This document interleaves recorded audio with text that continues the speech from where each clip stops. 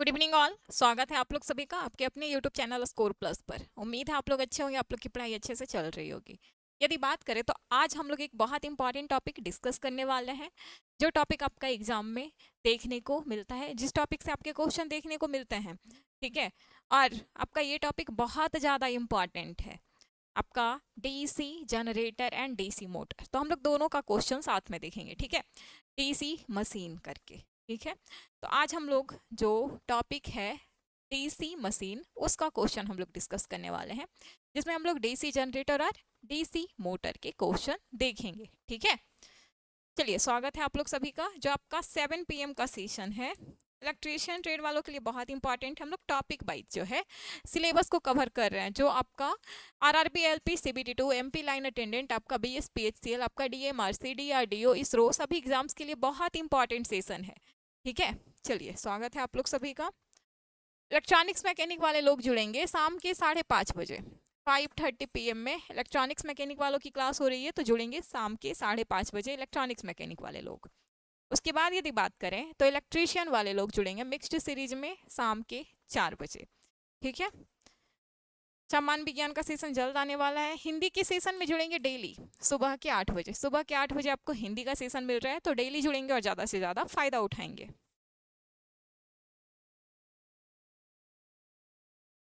पीएसीडी का सेशन जो आपका मोस्ट इंपॉर्टेंट सेशन है, जिससे आपका मेरिट डिसाइड होता है, 40 से 50 क्वेश्चन पूछे जाते हैं, आपका रात के 9 बजे, रात के 9 बजे चल रहा है, तो जुड़ेंगे और ज़्यादा से ज़्यादा फ़ायदा उठाएंगे। ठीक है। आप लोग रात के 9 बजे जुड़ेंगे बीएससीडी के सेशन में, आपका मेरिट वाला सब्जेक्ट है, जुड़िए और ज़्यादा से ज़्यादा फ़ायदा उठाइए आप लोग। ठीक है। LP, CBT two, RRB group D, RRB NTPC और बीएसपीएचसीएल के बैच के साथ भी आप हमारे साथ जुड़ सकते हैं स्कोर प्लस एप्लीकेशन पर। स्कोर प्लस एप्लीकेशन पर आपको सारे बैचेज मिल जाएंगे, तो आप लोग वहां भी हमारे साथ जुड़ सकते हैं। ठीक है।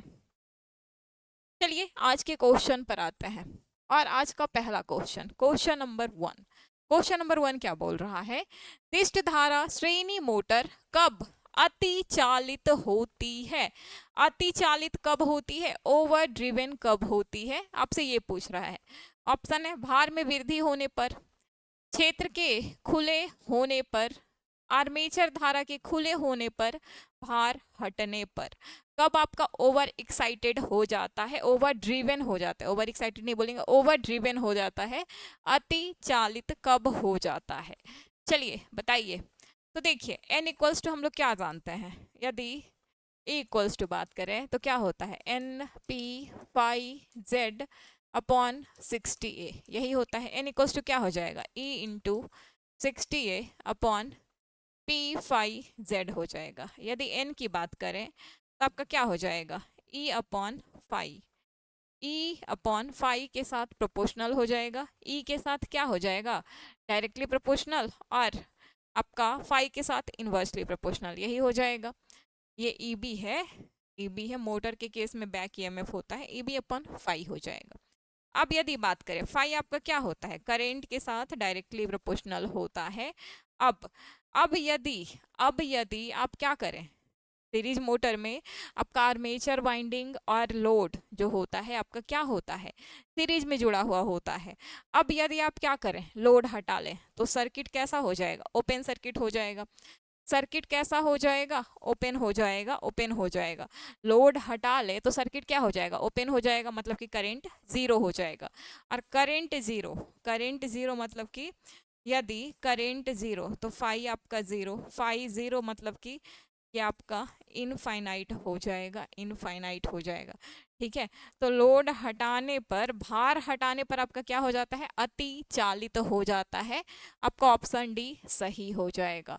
भार में वृद्धि नहीं होगा, क्षेत्र खुले होने पर, आपका आर्मेचर धारा के खुले होने पर, ये सब आपका नहीं होगा। क्या हो जाएगा, भार हटाने पर, भार हटाने पर आपका क्या हो जाता है, श्रेणी मोटर अतिचालित होती है। ऑप्शन डी सही हो जाएगा। अगला क्वेश्चन है आपका क्वेश्चन नंबर 2। पृष्ठ धारा मोटर में प्रतिपुल अभिवाह कम हो तो क्या होगा? प्रतिपुल अभिवाह कम हो, सेम फार्मूला आपका E B equals to N P phi Z upon 60 से बनेगा। आगे देख लेते हैं ऑप्शन क्या क्या है। मोटर गति बढ़ता है, मोटर गति कम करता है, मोटर गति में किसी भी परिवर्तन का कारण नहीं है, मोटर बंद कर देता है। क्या होता है, चलिए देखते हैं। यदि अविवाह मतलब कि फ्लक्स यदि कम हो तब क्या होगा, चलिए देखते हैं क्या होगा। N equals to E B into 60A upon P pi Z, E B upon pi. N जो है इन्वर्सली प्रोपोर्शनल है फाई के। यदि फ्लक्स कम हो तो गति क्या होगा, अधिक होगी, मोटर गति क्या हो जाएगी, बढ़ता है। आपका ऑप्शन ए सही हो जाएगा, मोटर गति क्या होता है, बढ़ता है। अगला क्वेश्चन है क्वेश्चन नंबर 3। एक विद्युत संकर्षण निष्ठ धारा श्रेणी मोटर को इसके खाली स्थान के कारण नियोजित करता है। उच्च गति, कम भार, कम लागत, उच्च प्रवर्तन बल आघूर्ण, कम बिजली की खपत। बताइए, संकर्षण संकर्षण धारा श्रेणी मोटर को किस कारण से आपका यूज किया जाता है। इलेक्ट्रिक ट्रैक्शन में डायरेक्ट करंट सीरीज मोटर बोल रहा है, जो आपका इलेक्ट्रिक ट्रैक्शन होता है। ये तो आप लोग को बताए थे एप्लीकेशन में। इलेक्ट्रिक ट्रैक्शन में विद्युत संकर्षण जिसको बोलते हैं, उसमें क्या किया जाता है, डीसी सीरीज मोटर का इस्तेमाल किया जाता है। तो क्यों किया जाता है, तो आप लोग बोलेंगे हाई स्टार्टिंग टॉर्क होने के कारण आपका इलेक्ट्रिक ट्रैक्शन में यूज किया जाता है। और टॉर्क आपका क्या होता है, directly proportional to phi into I A होता है। और फाई क्या है, directly proportional to I A. Torque क्या हो जाता है, आई ए स्क्वायर के डायरेक्टली प्रोपोर्शनल हो जाता है। और बहुत इंपॉर्टेंट है, बहुत इंपॉर्टेंट है, स्टार्टिंग टॉर्क क्या होता है, अधिक होता है। उच्च प्रवर्तन बल आघूर्ण आपका सही हो जाएगा, इसी कारण से इलेक्ट्रिक ट्रैक्शन में यूज किया जाता है। ऑप्शन सी आपका सही हो जाएगा। ठीक है, ये आपका ग्राफ है जिसको याद रखना है। ये आपका जो है टॉर्क, यहाँ पे टॉर्क क्या है, torque directly proportional to I A square है। उसके बाद ये आपका सेचुरेशन पॉइंट है। इसके बाद क्या होता है, टॉर्क जो है आई ए के प्रोपोर्शनल हो जाता है।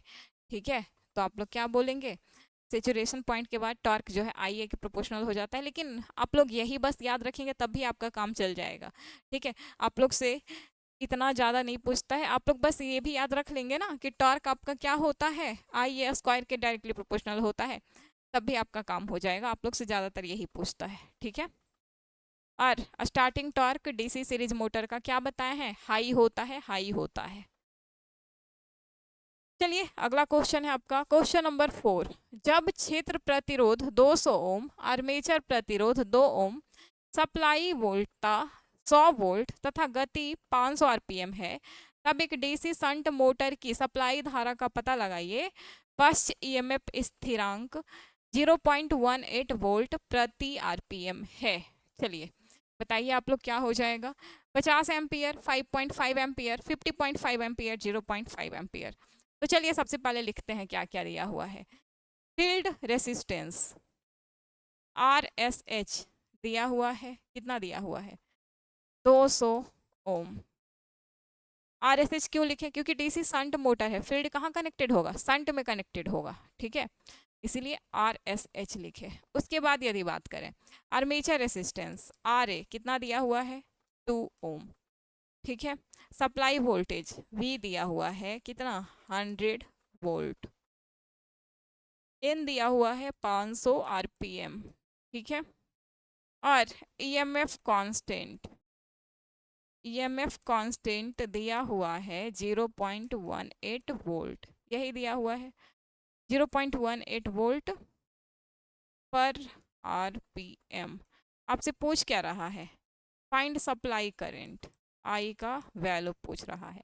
आई इक्वल्स टू क्या हो जाएगा, यदि आई की बात करें, सप्लाई करंट की बात करें, आई इक्वल्स टू क्या हो जाएगा, यही आपका क्या है, आई है, जो आपका क्या हो रहा है, आई ए, और ये सॉरी ये आई एस एच है, शंट फील्ड है ना, आई एस एच और आई ए में डिवाइड हो रहा है। आई इक्वल्स टू क्या हो जाएगा, I S H plus I ए हो जाएगा।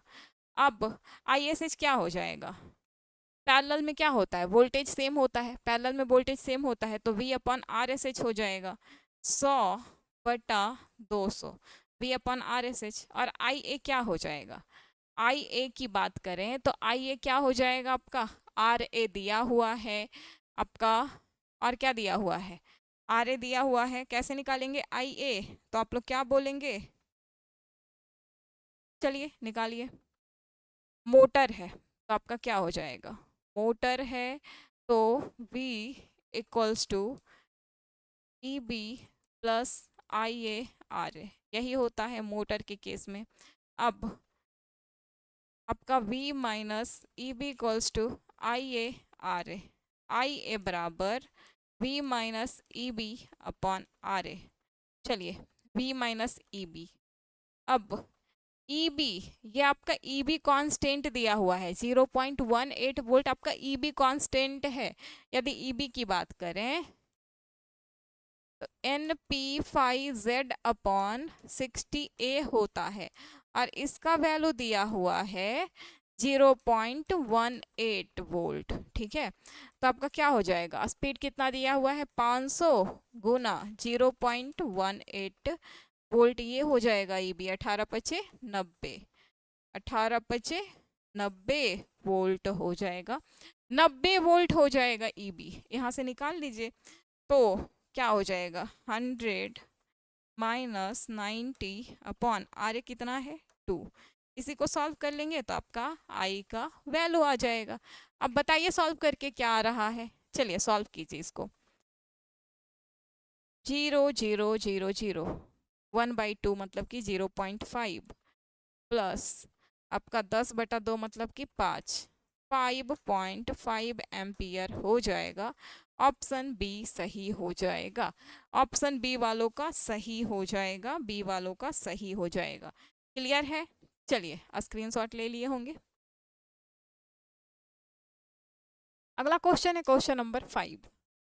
एक संट जनरेटर 230 वोल्ट पर 450 एम्पियर प्रदान करता है। ठीक है, संट क्षेत्र और आर्मेचर का प्रतिरोध क्रमशः 50 ओम और 0.03 ओम है। जनरेटर में निर्माण होने वाले ईएमएफ की गणना करें। चलिए बताइए, 220 वोल्ट, 243.6 वोल्ट, 240 वोल्ट, 236.6 वोल्ट, क्या हो जाएगा, ईएमएफ निकालना है। चलिए निकालिए, फार्मूला सेम फार्मूला, क्या हो जाएगा, पहले गिवन लिख दें। चलिए देखिए, मोटर के लिए क्या होता है रिकॉल करवा देते हैं, V equals to E B plus I R A. Generator के लिए क्या होता है, जनरेटर के लिए क्या होता है, E G equals to V plus I R A. बस यही याद रखना है, E G equals to V plus I R A. ये आपका मोटर के लिए और ये आपका जनरेटर के लिए। नोट डाउन कर लीजिए, इसको मिटाएंगे क्योंकि हमको स्पेस चाहिए। चलिए हो गया, चलिए ये नोट डाउन कर लीजिए, याद रखिएगा। अब चलिए क्वेश्चन को सॉल्व करते हैं।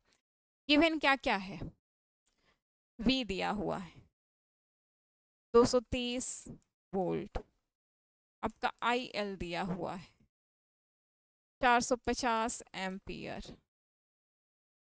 और क्या दिया हुआ है, संट और आर्मेचर रेसिस्टेंस RSH दिया हुआ है 50 ओम, RA दिया हुआ है 0.03 ohm, EMF generated EMF is equals to what, यही निकालना है, generated EMF is equals to what.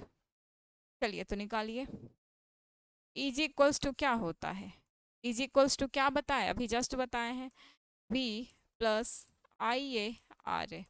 अब आई ए भी चाहिए, V तो आपका दिया हुआ है, आर ए तो दिया हुआ है, आई ए चाहिए, तो आई ए क्या हो जाएगा, जनरेटर है, आई ए क्या हो जाएगा, I L plus I S H हो जाएगा। आई ए बराबर क्या हो जाएगा, I L plus I S H हो जाएगा। तो निकालिए यहाँ से, चलिए पहले हम लोग आई ए निकालते हैं। आई ए बराबर I L plus I S H हो जाएगा।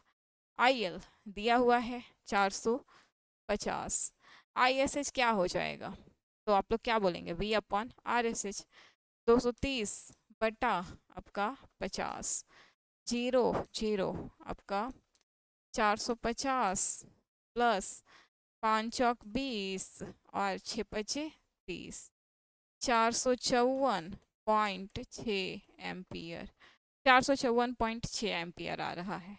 चलिए 454.6 एम्पियर, V 230 प्लस 454.6 गुना 0.03, इसको सॉल्व करके आप लोग बताएंगे क्या आ रहा है। इसको सॉल्व करके आप लोग बताएंगे क्या आ रहा है, और इसको आप लोग सॉल्व करेंगे तो आएगा 243.6 वोल्ट आ जाएगा जनरेटेड ईएमएफ का वैल्यू, और आपका ऑप्शन बी सही हो जाएगा। ऑप्शन बी आपका सही हो जाएगा। ठीक है, अगला क्वेश्चन है आपका क्वेश्चन नंबर 6। डीसी मोटर में पश्च ईएमएफ के व्युत्क्रमानुपाती होता है। किसके व्युत्क्रमानुपाती होता है, किसके इनवर्सली प्रोपोर्शनल होता है। आर्मेचर चालकों की संख्या, समानांतर पथों की संख्या, फ्लक्स ध्रुवों की संख्या किसके साथ इनवर्स प्रोपोर्शन का रिलेशन बनाता है। चलिए फॉर्मूला लिख लीजिए। E इक्वल्स टू क्या बताए हैं, N P phi Z upon 60A। चलिए इनवर्सली प्रोपोर्शनल पूछ रहा है ना, तो क्या है, किसके साथ इनवर्सली प्रोपोर्शनल है, तो आप क्या बोलेंगे, ए के साथ। ए आपका क्या है, पैरेलल पाथ की संख्या, तो आपका क्या हो जाएगा, समानांतर पथों की संख्या के साथ इनवर्स प्रोपोर्शन का रिलेशन बनाता है। और लैप रहेगा तो आप लोग याद रखिएगा ए बराबर पी होता है, जहां पी नंबर ऑफ पोल होते हैं, और ए आपका क्या है, parallel number of parallel path. ठीक है, और यदि लैप लैप है तो बता दिए, वेव है तो क्या होता है, ए बराबर 2 होता है। पैरेलल पाथ की संख्या कितनी होती है, 2 होती है। लैप का use high current low voltage के लिए किया जाता है, वेव का यूज लो करंट हाई वोल्टेज के लिए किया जाता है, याद रखेंगे। ठीक है, चलिए अगला क्वेश्चन है क्वेश्चन नंबर 7। इनमें से क्या किसी डीसी मोटर के आउटपुट हैं। डीसी मोटर का आउटपुट क्या है, आपको ये बताना है। धारा एवं बल आघूर्ण, आर्मेचर प्रतिरोध एवं शक्ति, बल आघूर्ण एवं गति, वोल्टता एवं धारा। तो आप लोग क्या बोलेंगे, जो आपका डीसी मोटर है, डीसी मोटर आपका क्या करता है, मोटर आपका क्या करता है, तो विद्युत को यांत्रिक ऊर्जा में परिवर्तित करता है। ठीक है, मोटर विद्युत को यांत्रिक ऊर्जा में परिवर्तित करता है। अब देख लीजिए कौन सा आपका यांत्रिक आपका जो है मैकेनिकल आपका एलिमेंट है, मैकेनिकल आपका जो है फैक्टर, उसको बता देंगे। बताइए कौन सा है, धारा बल आघूर्ण गलत हो जाएगा, आर्मेचर एवं शक्ति गलत हो जाएगा, वोल्टता एवं धारा गलत हो जाएगा, टॉर्क और गति। टॉर्क और गति ही आपका क्या होता है, मोटर का आउटपुट होता है, डीसी मोटर का आउटपुट होता है। ठीक है, आपका ऑप्शन सी सही हो जाएगा। अगला क्वेश्चन है आपका क्वेश्चन नंबर 8। एक संट मोटर 440 वोल्ट की 120 एम्पियर की आर्मेचर धारा लेती है। ठीक है, आर्मेचर प्रतिरोध 0.3 ओम है और मोटर की गति 800 आरपीएम है। प्रारंभिक अवस्था के सापेक्ष यदि चुंबकीय फ्लक्स 80% घटा दिया जाए तो आर्मेचर धारा 150 एम्पियर, तब टॉर्क के बिना किसी परिवर्तन के, टॉर्क में बिना किसी परिवर्तन के गति की गणना करनी है। 977.7 आरपीएम, 957.7 आरपीएम, 947.7 आरपीएम, 927.7 आरपीएम, क्या हो जाएगा आपको ये बताना है। चलिए तो सबसे पहले गिवन डेटा लिखेंगे। V दिया हुआ है, कितना दिया हुआ है, 440 वोल्ट, ठीक है। और आपका IA1 दिया हुआ है, आर्मेचर धारा 1 120 एम्पियर, ठीक है। और क्या दिया हुआ है, RA दिया हुआ है 0.3 ओम दिया हुआ है, ठीक है। N1 दिया हुआ है 800 आरपीएम, फ्लक्स को 5 मान लीजिए, 5 को 5 मान लीजिए, ठीक है।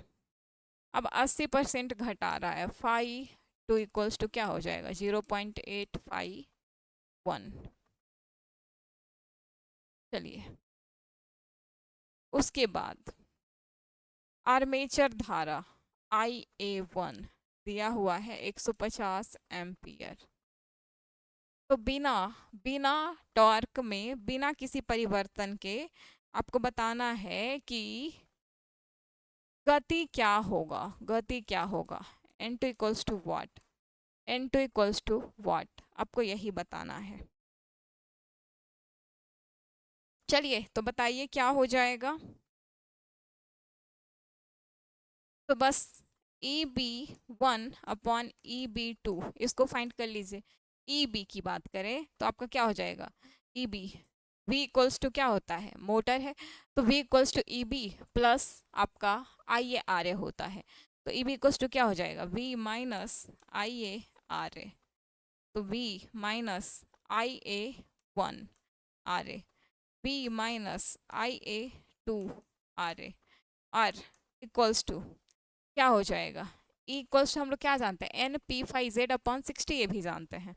तो लिखिए N1, क्योंकि हमको क्या निकालना है, स्पीड निकालना है ना, तो स्पीड वाला रिलेशन रहेगा तभी तो हम लोग स्पीड फाइंड कर पाएंगे, इसीलिए ये रिलेशन लिखने बोल रहे हैं। N1 5 NP5Z upon 60, N2 P5Z upon 60A, ये आपका कैंसिल हो जाएगा, Z आपका कैंसिल, P आपका कैंसिल। N1 5 अपॉन N2 5 की जगह क्या लिख दे, 0.851 कैंसिल, N1 दिया हुआ है। चलिए सारा वैल्यू बस पुट कीजिए। आपका V कितना दिया हुआ है, 440 माइनस IA1 120 गुना RA 0.3 अपॉन 440 माइनस आपका करंट 150 गुना 0.3 इक्वल्स टू N1 कितना है, N1 कितना है, 800 है, 800 है, ठीक है, गुना, चलिए 800 है अपॉन N2 इंटू 8 और ये ऊपर 10 कर देते हैं, तो चलिए यही हो जाएगा। अब इसको आप लोग कैलकुलेट करके N2 का वैल्यू बताएंगे, इसको आप लोग कैलकुलेट करके N2 का वैल्यू बताएंगे। चलिए कितना आ रहा है N2 का वैल्यू बताएंगे आप लोग।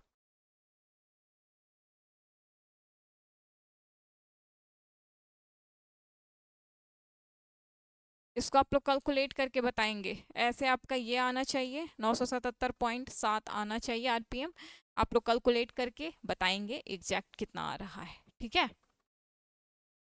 ऐसे आपका ये होगा, ठीक है, देख लीजिएगा, कैलकुलेशन बस करना है और कुछ नहीं रह गया है, सारा आपको बता दिए हैं, क्या क्या दिया हुआ है पुट किए हैं, उसके बाद बस आप लोग कैलकुलेट करके अब बता दीजिए।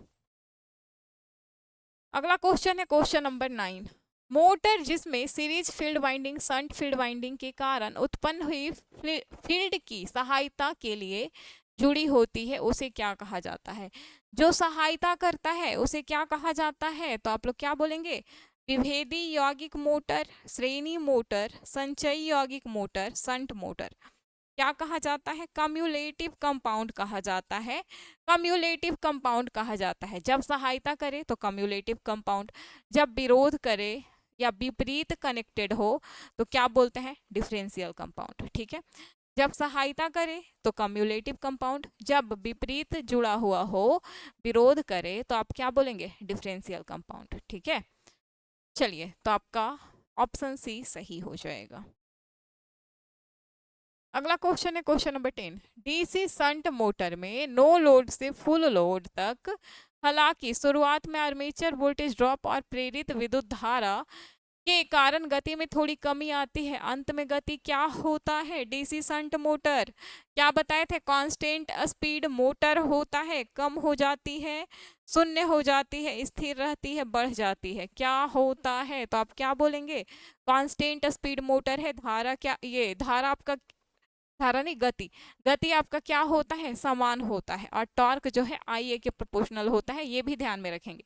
टॉर्क आपका आर्मेचर करंट के प्रोपोर्शनल होता है, ये भी ध्यान में रखेंगे। और धारा आपका क्या, ये धारा नहीं, बार बार धारा निकल रहा है, धारा नहीं, गति आपका क्या होता है? समान होता है, गति आपका समान होता है, गति आपका क्या होता है? स्थिर रहता है, स्थिर रहता है। कांस्टेंट स्पीड वाला मोटर होता है डीसी शंट मोटर। ठीक है, याद रखिएगा, बहुत इंपॉर्टेंट पॉइंट है, बहुत ज्यादा पूछा जाता है।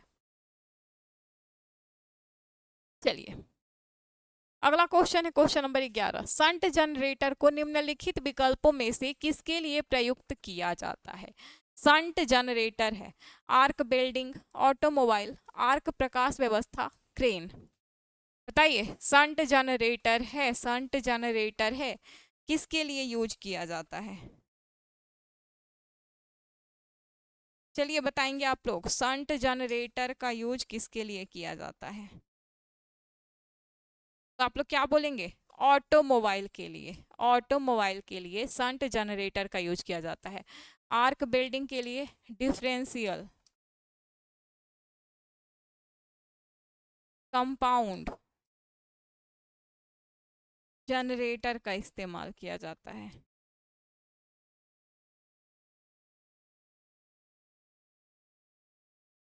जनरेटर का इस्तेमाल किया जाता है। आर्क प्रकाश व्यवस्था में किसका इस्तेमाल किया जाता है? तो आप लोग क्या बोलेंगे? सीरीज जनरेटर का।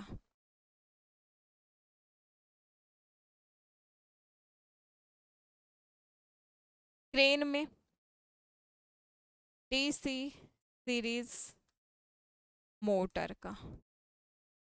बहुत इंपॉर्टेंट है, सारा याद रखेंगे आप लोग। ठीक है, यूज आपका कहाँ क्या किया जाता है याद रखेंगे, सारा याद रखेंगे, यूजेज भी पूछता है।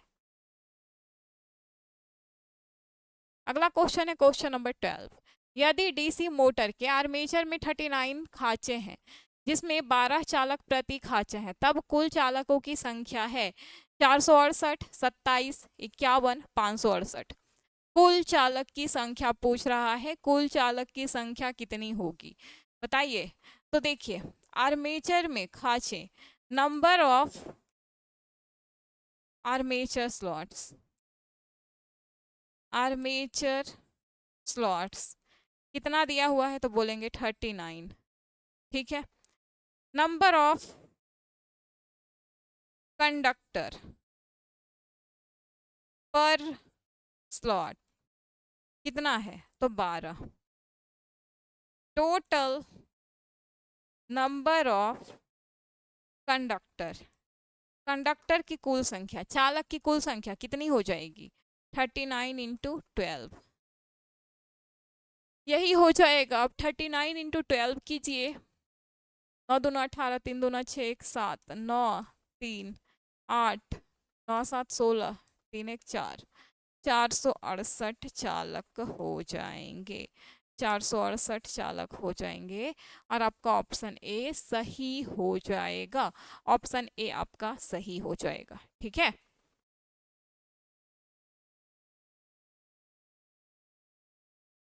अगला क्वेश्चन है क्वेश्चन नंबर 13। किसी डीसी मशीन में निम्नलिखित में से कौन मैग्नेटिक पोल के बीच में चुंबकीय परिपथ को पूर्ण करता है? कौन है जो आपका मैग्नेटिक पोल के बीच में चुंबकीय परिपथ को पूर्ण करने का काम करता है? योक, पोल शू, कम्यूटेटर, इंड प्लेट। बताइए। कौन है जो मैग्नेटिक पाथ को पूरा करता है, मैग्नेटिक पोल के बीच में चुंबकीय परिपथ को पूरा करता है, कौन करता है? तो आप लोग क्या बोलेंगे? योक करता है, योक करता है। पोल्सो क्या काम करता है ये बताएंगे, कम्यूटेटर क्या काम करता है ये बताएंगे, इंड प्लेट क्या काम करता है ये बताएंगे। चलिए बताइए आप लोग।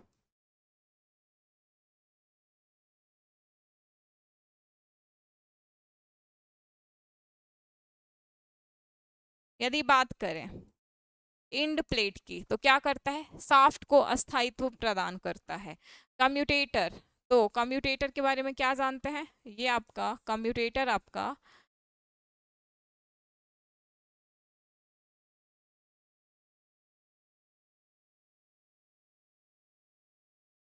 कम्यूटेटर आपका क्या होता है? मैकेनिकल रेक्टिफायर होता है।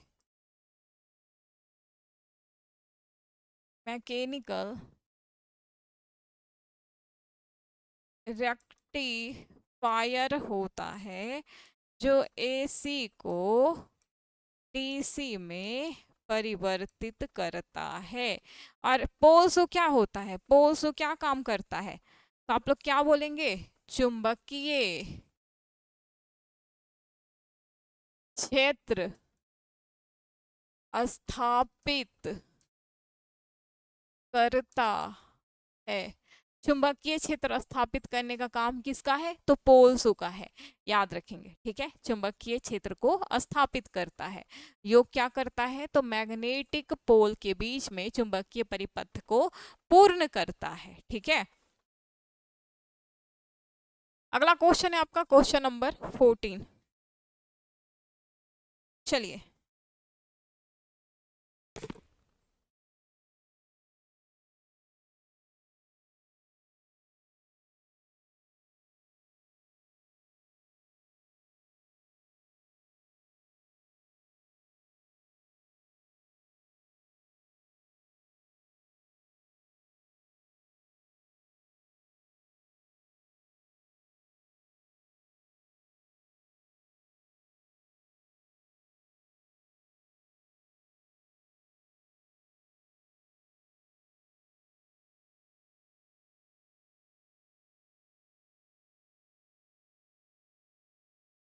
क्या है? कोई DC shunt generator 220 volt terminal वोल्टता पर भार को 15 एम्पियर प्रदान करता है। शंट फील्ड प्रतिरोध 220 ओम है। आर्मेचर धारा कितनी होगी? आपसे ये पूछ रहा है।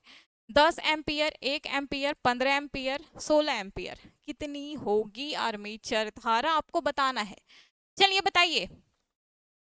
चलिए देखते हैं क्या क्या दिया हुआ है। V दिया हुआ है 220 वोल्ट, और क्या दिया हुआ है आपका? भार को 15 एम्पियर, मतलब कि आपका IL दिया हुआ है 15 एम्पियर, ठीक है।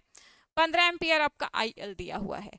शंट फील्ड प्रतिरोध RSH दिया हुआ है 220 ओम। आर्मेचर धारा कितना होगा? IA बराबर वाट। IA कितना होगा? आर्मेचर धारा कितना होगा? आपको ये बताना है। चलिए बताइए IA बराबर कितना होगा।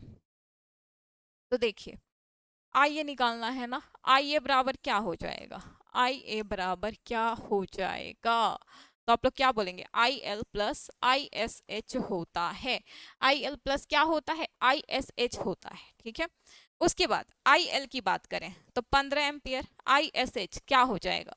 V अपॉन RSH, और आपका 15 प्लस V कितना है? 220 बटा 220, कैंसिल 1, ये इसका वैल्यू 1 आएगा। 15 प्लस 1 क्या हो जाएगा? 16 एम्पियर हो जाएगा। और आपका ऑप्शन डी सही हो जाएगा। 16 एम्पियर आपका सही हो जाएगा। ऑप्शन डी आपका करेक्ट हो जाएगा, ठीक है। Question number 15। अलग उत्तेजन सेपरेट एक्साइटेशन के लिए किस प्रकार के स्रोत का उपयोग नहीं किया जाता है? सेपरेट एक्साइटेशन के लिए किस प्रकार के स्रोत का उपयोग नहीं किया जाता है? Storage battery, rectified DC, solar, DC generator, किसका उपयोग नहीं किया जाता है, आपसे ये पूछ रहा है। चलिए बताइए किसका उपयोग नहीं किया जाता है। तो सेपरेट एक्साइटेशन के लिए किसका उपयोग किया जाता है, स्टोरेज बैटरी का भी यूज किया जाता है, रेक्टिफाइड डीसी का भी यूज किया जाता है, डीसी जनरेटर का भी यूज किया जाता है, सोलर का यूज नहीं किया जाता है और आपसे नहीं पूछा है तो सोलर हो जाएगा। ठीक है, ऑप्शन सी आपका सही हो जाएगा। क्लियर है। चलिए अगला क्वेश्चन है आपका क्वेश्चन नंबर 16। कोई DC shunt generator 220 volt terminal वोल्टता पर भार को 15 एम्पियर प्रदान करता है। ठीक है, भार को कितना प्रदान कर रहा है, 15 एम्पियर भार को प्रदान कर रहा है। संट फील्ड प्रतिरोध 220 ओम है, आर्मेचर धारा कितनी होगी, आर्मेचर धारा आपको बताना है कि कितनी होगी। चलिए बताइए, 1 एम्पियर, 15 एम्पियर, 10 एम्पियर, 16 एम्पियर। ये क्वेश्चन किए हैं ना, इसका 16 एम्पियर आया था, ये आपका रिपीटेड क्वेश्चन है, 16 एम्पियर आया था। क्वेश्चन नंबर 14 भी आपका यही था। ठीक है, अगला क्वेश्चन है आपका क्वेश्चन नंबर 17। जब ध्रुवों का फ्लक्स 2 गुना किया गया हो और गति भी 2 गुनी की गई हो तो जनरेटर का प्रेरित विद्युत वाहक बल ईएमएफ क्या होगा। 3 गुना हो जाएगा, उतना ही रहेगा, 2 गुना हो जाएगा, 4 गुना हो जाएगा। चलिए ईएमएफ क्या हो जाएगा, विद्युत वाहक बल क्या हो जाएगा, आपको ये बताना है। चलिए बताइए, गति दोगुनी की गई हो और फ्लक्स को भी दोगुना किया गया हो तो प्रेरित विद्युत वाहक बल EMF, generated EMF is equals to NP5Z upon 60A। N कितना है, चलिए किसको किसको डबल किया गया है, फ्लक्स को और गति को। चलिए EZ1 इसको मान लेते हैं, EZ2 क्या हो जाएगा, 2NP25Z अपॉन 60A, यही हो जाएगा। तो 4NP5Z अपॉन 60A हो जाएगा। तो क्या हो जाएगा, 4 इंटू EZ1 हो जाएगा, मतलब कि EZ2 आपका क्या हो जाएगा, 4 गुना हो जाएगा, 4 गुना हो जाएगा EZ2। ठीक है, अगला क्वेश्चन है आपका क्वेश्चन नंबर 18। एक डायनेमो 6 वोल्ट पर 0.5 एम्पियर धारा उत्पन्न करता है तो शक्ति 6 कितना होगा। 3, 0.083, 12, 36। चलिए बताइए पावर लॉस कितना होगा। वोल्टेज दिया हुआ है, V इक्वल्स टू 6 वोल्ट दिया हुआ है, I इक्वल्स टू 0.5 एम्पियर दिया हुआ है, P equals to what, power loss क्या हो जाएगा। तो P इक्वल्स टू क्या होता है, P equals to VI। V कितना 6, I कितना 0.5, 6 पचे 30, 3 आपका वाट हो जाएगा, 3 वाट हो जाएगा पावर लॉस। ऑप्शन ए वालों का सही हो जाएगा, ऑप्शन ए वालों का सही हो जाएगा। अगला क्वेश्चन है क्वेश्चन नंबर 19। किसी डीसी जनित्र का आउटपुट निम्न समीकरण से दर्शाया जाता है। डीसी जनरेटर का आउटपुट किस समीकरण से दर्शाया जाता है, E equals to V minus I R A, equals to V plus I R A, equals to minus L। ये तो होगा नहीं, ये भी नहीं होगा, ऐसे यहाँ पे फाई है लेकिन होगा नहीं। ठीक है, आपका क्या होता है, क्या होता है यदि बात करें, चलिए ये आपका दिया हुआ ही है, इसी के अकॉर्डिंग कर लेते हैं। माइनस EG प्लस आपका क्या हो जाएगा, IA RA प्लस आपका V equals to 0। EG equals to क्या हो जाएगा, V प्लस IA RA, और यही आपका इक्वेशन होता है V प्लस IA RA, और V minus IA RA V equals to E plus IA RA, ये किसका है, तो ये आपका मोटर का इक्वेशन है। इसको आप लोग डायरेक्टली भी याद रखेंगे, डायरेक्टली आपको फार्मूला पुट करके डायरेक्टली क्वेश्चन भी पूछता है तो डायरेक्टली फार्मूला आप लोग याद रखेंगे। ठीक है, अगला क्वेश्चन है आपका क्वेश्चन नंबर 20। मशीन के चलती हालत में घिसने के कारण डीसी मशीन का कार्बन ब्रश छोटा हो जाता है, कितनी लंबाई पर ब्रश को बदलना पड़ता है? मूल लंबाई से 1/2, मूल लंबाई का 1/3, मूल लंबाई का 3/4, मूल लंबाई का 2/3। कितना पे बदलना पड़ता है, आपसे ये पूछा है। चलिए बताइए, कितनी लंबाई होने पर बदलना पड़ता है ब्रश को? तो आप लोग क्या बोलेंगे? ब्रश। ये जो आपका ब्रश है, ये आपका ब्रश है, ये आपका कम्यूटेटर सेगमेंट है, ठीक है, ये आपका शाफ्ट है। कम्यूटेटर सेगमेंट, कम्यूटेटर सेगमेंट के ऊपर क्या लगा होता है? यही आपका कम्यूटेटर सेगमेंट है, कम्यूटेटर सेगमेंट है। बीच में क्या होता है? बीच में आपका मीका का इंसुलेशन होता है, एयर गैप में मीका का इंसुलेशन होता है, ये भी आपसे पूछता है। और कम्यूटेटर पे क्या लगा होता है? ब्रश लगा होता है, ठीक है, जो किसका होता है? कार्बन का होता है, सॉफ्ट ब्रश होता है। और ब्रश घिसता है तो कब बदला जाता है? जब मूल लंबाई का कितना हो जाए? 2/3 गुना, बस 2/3 बचे, 2/3 हो जाए तो बदल देना चाहिए, ठीक है।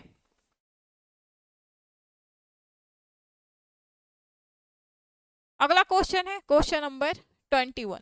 निम्नलिखित में से कौन सी परिवर्ती हानियां हैं? आर्मेचर ताम्र हानि, कोर हानियां, सैथिल्य हानियां, भंवर धारा हानियां।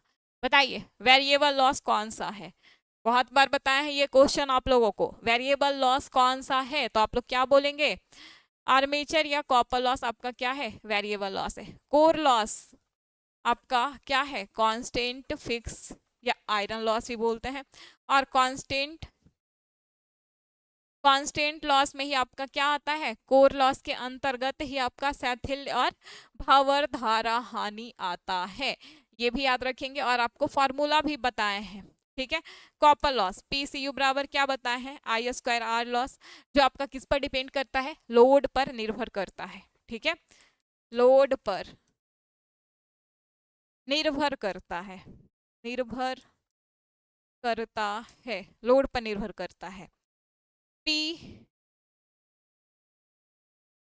कोर लॉस में आपका क्या आता है?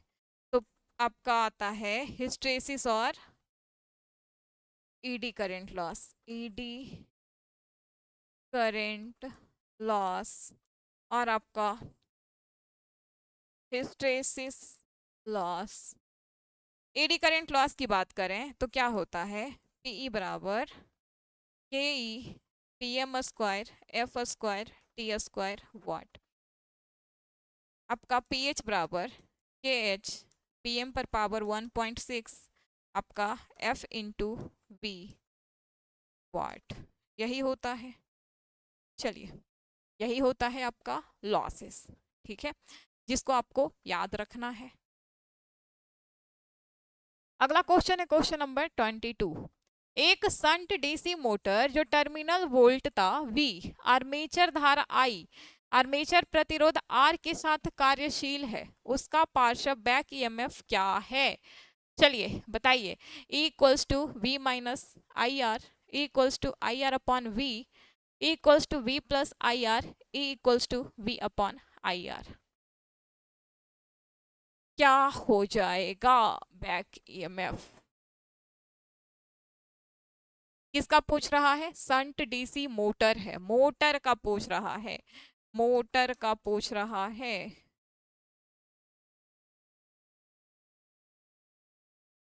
EB = क्या हो जाएगा? V - IARA होता है। देख लीजिए कौन सा करेक्ट हो जाएगा। EB = क्या होता है? V - IARA होता है।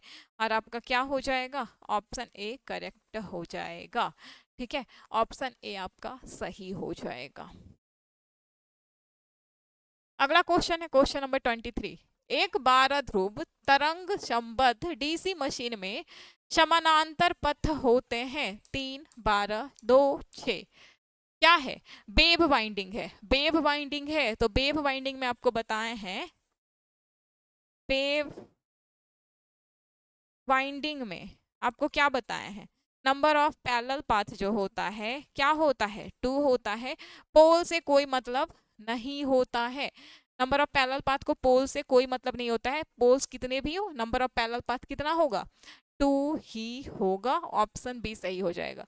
यदि लैप रहता तो कितना हो जाता, 12 है तो 12 पैरेलल पाथ हो जाता, ए बराबर पी हो जाता।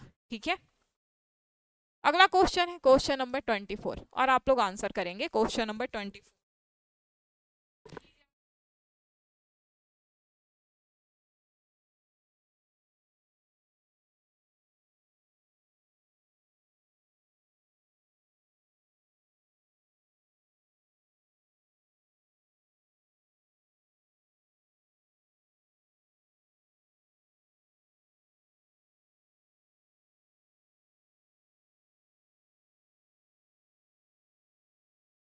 एक 4 पोल जनरेटर जिसमें तरंग कुंडलित आर्मेचर वेव बाउंड आर्मेचर घुमावदार होता है, उसमें 51 स्लॉट होते हैं, प्रत्येक स्लॉट में 20 चालक होते हैं, प्रति ध्रुव फ्लक्स 7 मिली वेबर होगा, तो 1500 आरपीएम पर संचालित होने पर मशीन में उत्पन्न वोल्टता क्या होगी।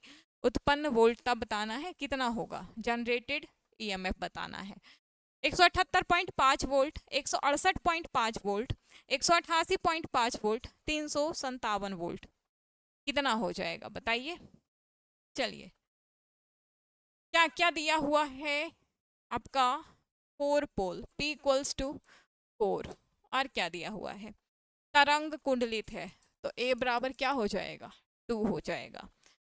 ठीक है, घुमावदार 51 स्लॉट्स हैं, प्रत्येक स्लॉट्स में 20 चालक हैं, तो Z आपका क्या होता है, नंबर ऑफ कंडक्टर होता है, तो कितना हो जाएगा 51 इंटू 20, आपका 2 5 दूना 10, 10 तो 20 चालक हो जाएंगे, 10 तो 20 चालक हो जाएंगे। Flux phi 7 milli weber, 7 into 10 to the power -3 हो जाएगा वेबर। ठीक है, या इसको कैसे लिख सकते हैं, 7/1000 वेबर, ये भी लिख सकते हैं। एन कितना दिया हुआ है, 1500 आरपीएम दिया हुआ है। ठीक है, तो आपका जनरेटेड ईएमएफ इजी बराबर आपका क्या हो जाएगा, N P phi Z upon 60A। N कितना कितना है, 1500 RPM, P 4, phi 7/1000, P phi Z 1020, 60 into A कितना है, पैरेलल पाथ कितना है 2। अब इसको सॉल्व कर लीजिए, जो सॉल्व करके आएगा वही आंसर हो जाएगा। 2 0 2 0 1 0 1 0 खत्म, सारा जीरो खत्म, ये बच गया 15 चौक 60, 4 से 4 कैंसिल, खत्म। चलिए 2 से 5 1, 7 7 बचे 35, 357 वोल्ट। चलिए ऑप्शन में है, ऑप्शन डी आ रहा है, आप लोग भी कैलकुलेट कर लीजिएगा, ऑप्शन डी आपका सही हो जाएगा। ठीक है, अगला क्वेश्चन है क्वेश्चन नंबर 25। 2 किलोवाट के 200 वोल्ट वाला डीसी जनरेटर करंट के कितने लोड की आपूर्ति करेगा, 20 एम्पियर, 4 एम्पियर, 10 एम्पियर, 2 एम्पियर, बताइए कितने लोड की आपूर्ति करेगा। कितने लोड की आपूर्ति करेगा बताएंगे आप लोग। देखिए देखते हैं, P इक्वल्स टू क्या दिया हुआ है, 2 किलो वाट। ठीक है, V इक्वल्स टू क्या दिया हुआ है, 200 वोल्ट।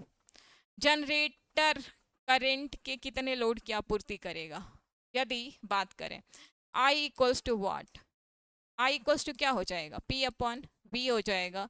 2 किलो वाट मतलब कि 1200, 0 0 0 0, 2 से 2 कैंसिल, 10 एम्पियर हो जाएगा, और आपका ऑप्शन सी सही हो जाएगा। 10 एम्पियर आपका सही आंसर हो जाएगा। ठीक है, अगला क्वेश्चन है आपका क्वेश्चन नंबर 26।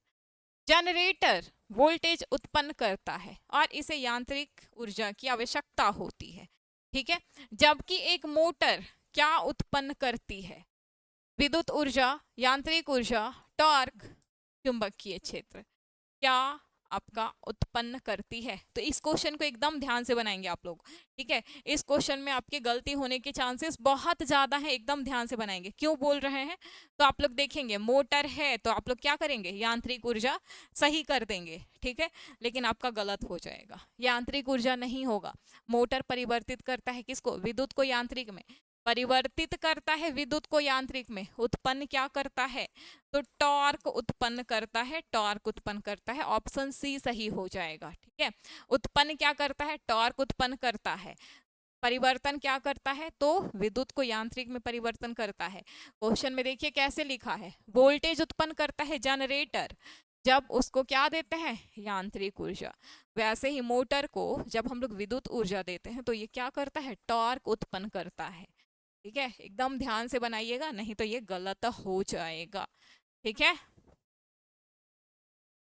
अगला क्वेश्चन है आपका क्वेश्चन नंबर 27। 4 ध्रुवों वाला डीसी जनित्र 1800 आरपीएम पर चल रहा है, आर्मेचर धारा की आवृत्ति पूछ रहा है, आवृत्ति पूछ रहा है। डीसी है तो आपका क्या हो जाएगा, डीसी के लिए फ्रीक्वेंसी क्या होता है, 0 होता है। आपका ऑप्शन डी सही हो जाएगा, डी सही हो जाएगा, ठीक है।